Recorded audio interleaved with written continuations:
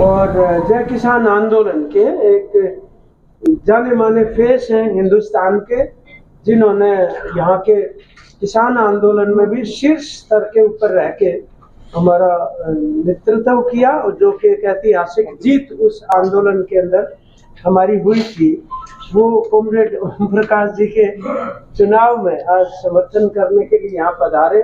मैं आप सभी की तरफ से उनका भी स्वागत करता हूँ और सभी मीडिया के साथियों से भी इस बात के लिए भी धन्यवाद देता हूँ कि आपने यूट्यूबर हैं चाहे डेली अखबारों वाले हैं, इस आंदोलन के संदेश को, चुनाव के संदेश को जनता तक पहुँचाने में बहुत मदद की है। उसके लिए भी शुक्रिया अदा करते हैं और आने वाले समय में भी आप उसको जनता तक हमारी बातों को ले जा पाएंगे, उसके लिए भी मैं आपसे आग्रह करता हूँ। इन्हीं शब्दों के साथ मेरे ख्याल में सीधा ही आप परिचय सबका यादव जी से, वो प्रदीप गोलिया हैं भाई हमारे, ओम प्रकाश जी हैं, फिर योगेंद्र यादव जी हैं, देवराज मेहता जी हैं, हमारे भाई सुरेश प्रजापति हैं, विकास सीसर हमारे हरियाणा में के साथ SKM के साथ जुड़े हुए साथी हैं हमारे, मैं इंद्रजीत हूँ। तो मेरे ख्याल में थैंक यू, धन्यवाद। धन्यवाद साथियों। मेरा सौभाग्य है कि आज जब देश एक बहुत महत्वपूर्ण बदलाव के दौर से गुजर रहा है, ऐसे समय में इस ऐतिहासिक चुनाव में,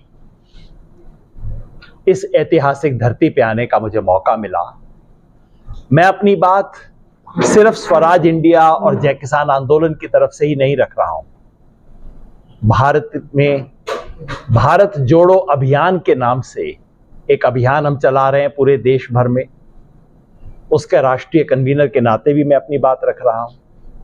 और अनौपचारिक रूप से इस देश के जितने भी जन आंदोलन हैं, चाहे किसान का आंदोलन हो, दलित आदिवासी का आंदोलन हो, महिला का हो, अल्पसंख्यक का हो, इस देश में न जाने किस किस तरह के जो आंदोलन चल रहे हैं, मजदूरों के और तमाम शोषित वर्गों के, उन सब के एक साथी के नाते भी अपनी बात रख रहा हूं।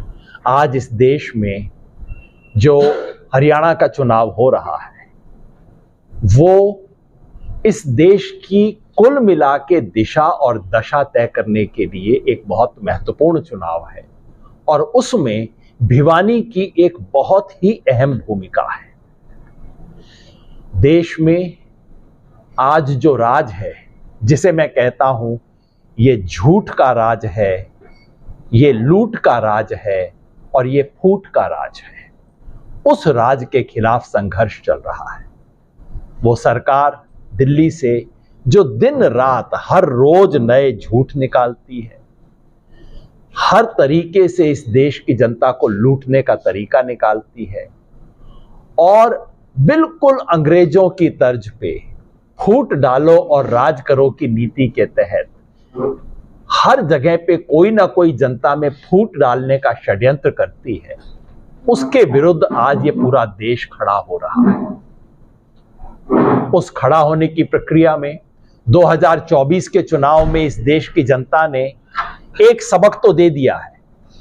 400 पार वाले गुब्बारे में पंचर तो कर दिया है, लेकिन काम अभी अधूरा है, और अधूरे काम को पूरा करने की शुरुआत हरियाणा से हो रही है।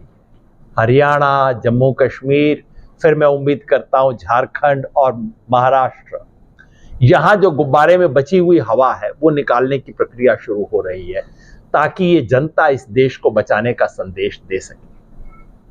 हरियाणा की जनता ने वैसे अपना मन बना लिया है। चुनाव शुरू होने से पहले ही 3 शक्तियों ने भारतीय जनता पार्टी की इस सरकार को हरियाणा से बाहर निकालने का इशारा कर दिया है। वो है किसान, जवान और पहलवान। इन तीनों ने हरियाणा प्रदेश का चुनाव परिणाम एक मायने में तो पहले से तय कर दिया है। आज हमारे किसान आंदोलन के राष्ट्रीय नेता श्री योगेंद्र यादव जी हमारे बीच आए हैं और उन्होंने जनता से अपील की है कि मेहनतकश लोगों की तरफ से और कांग्रेस मार्क्सवादी कम्युनिस्ट पार्टी की तरफ से समझौते के तहत खड़े किए उम्मीदवार को वो जनता वोट अपील करे, क्योंकि उन्होंने कहा है कि भी ये जनता के बीच में रहे हैं और हम श्री योगेंद्र यादव जी का, जो हमारे आंदोलन के राष्ट्रीय नेता हैं, बहुत ही सम्मानित हैं, उनका यहाँ अभिनंदन भी करते हैं और धन्यवाद भी करते हैं कि इस भिवानी के और हरियाणा के चुनाव में वो हमारे बीच में आए हैं और उन्होंने विभिन्न मुद्दों पर चर्चा की है। इसलिए वो उनको हम तहे दिल से धन्यवाद करते हैं। हमारे कॉमरेड इंद्रजीत सिंह और विकास सीसर जी और हमारे कांग्रेस पार्टी के प्रदीप पुनिया जी और देवराज मेहता जी, सुरेंद्र CPIM के सुरेंद्र जी, देवराज मेहता जी, किस प्रकार का सुरेश। जो आप चुनाव प्रचार में जो गांव में पहुंच रहे हैं, शहर में पहुंच रहे हैं, लोग चला रहे हैं? देखिए इस बार भिवानी का जो चुनाव है हरियाणा की विधानसभा के साथ, उसमें हम जन मुद्दे लोगों के बीच में ले जा रहे हैं। जो नागरिक सुविधाएं हैं, किसान मजदूर की रोजी रोटी का सवाल है और हमारे शहर और गांव के लोगों की सुरक्षा का सवाल है, हमारी बहन बेटियों का सवाल है, शिक्षा स्वास्थ्य का सवाल है और तमाम कर्मचारी जो कच्चे हैं पक्के करने का है, पुरानी पेंशन बहाल करने का है, योजना वर्करों को पक्का करवाने का है। ये तमाम जनता के सवाल हैं और मुझे इस बात का फख्र है कि जिन सभी 36 बिरादरी के लोगों के आंदोलन में रहे हैं, आज तमाम 36 बिरादरी के भाई छोटी मोटी संकीर्णताएं से ऊपर उठ करके ये कांग्रेस और CPIM का उम्मीदवार है उसके साथ चट्टान की तरह खड़े। ये मेरे लिए गौरव की बात है और मैं भिवानी की जनता का एहसान नहीं भूल सकता। किसी भी नेता को इतना सम्मान नहीं मिला है जो कांग्रेस और कम्युनिस्ट पार्टियों के साथ उम्मीदवार को मिल रहा है। कांग्रेस साहब, जो कास्टिज्म की बात की जाए तो उस प्रकार की राजनीति जो चल रही है, उसका के दाव पे चले हुए हैं, क्या करना चाहेंगे?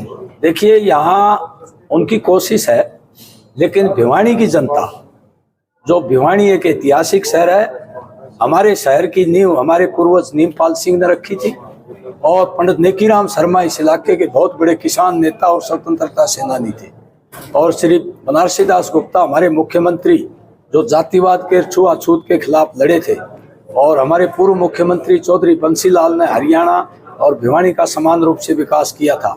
बाबा साहब अम्बेडकर के आदर्श समानता के हमारे साथ हैं। इन तमाम हमारे जो विरासत है, इस विरासत को आगे बढ़ाएंगे और भिवानी की जनता जो एक समय में पंडित नेकीराम शर्मा के नाम से जानी जाती थी, मिन्नी क्यूपा है वो, और खिलाड़ी यहाँ के ओलंपिक में मेडल लेते हैं और यहाँ छोटी काशी है, ये तमाम जातियों और धर्मों के लोग एकता बना करके ये सबूत देंगे कि हम एक नई भिवानी, विकास की भिवानी, प्रगतिशील भिवानी, स्वच्छ भिवानी और भाईचारे को जोड़ने की भिवानी बनाएंगे। सबसे बड़ा प्रोजेक्ट कौन सा होगा जो कि अगर विधानसभा में आप पहुंचते हैं तो?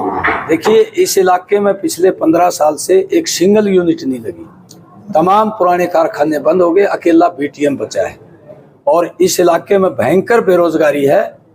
हमारे युवाओं को रोजगार देने के लिए जहां महकमों में खाली पदों को भरवाएंगे, महकमों का निजीकरण रोकेंगे, वहीं हमारी सरकार आ रही है गठबंधन की, वहीं कोई सार्वजनिक क्षेत्र का बड़ा प्रोजेक्ट यहाँ लगे जिससे हजारों लोगों को रोजगार मिले, इसके लिए हम प्रयास करेंगे। विधायक घनश्याम भी कहते हैं IAM लेके आएंगे, इसको लेकर के क्या कहेंगे? देखिए मैं विधायक जी की इज्जत करता हूँ और 15 साल से तो वो लाए नहीं, यहाँ तक भी कहीं भी गलियों में लोगों की हालत देखने वो नहीं गए और अस्पताल में नहीं गए कभी भी दौरा करने, और यहाँ बहुत भ्रष्टाचार हुआ है नगर परिषद में और माफिया पैदा हो रहा है एक जो जमीनों पर कब्जा करता है, मंदिर की, तालाब की, हमारे लालाओं के मकान है PID बदल के। वो मुझे दुख है इस बात का कि वो लोग जेल में होने चाहिए थे, रिकवरी होनी चाहिए थी।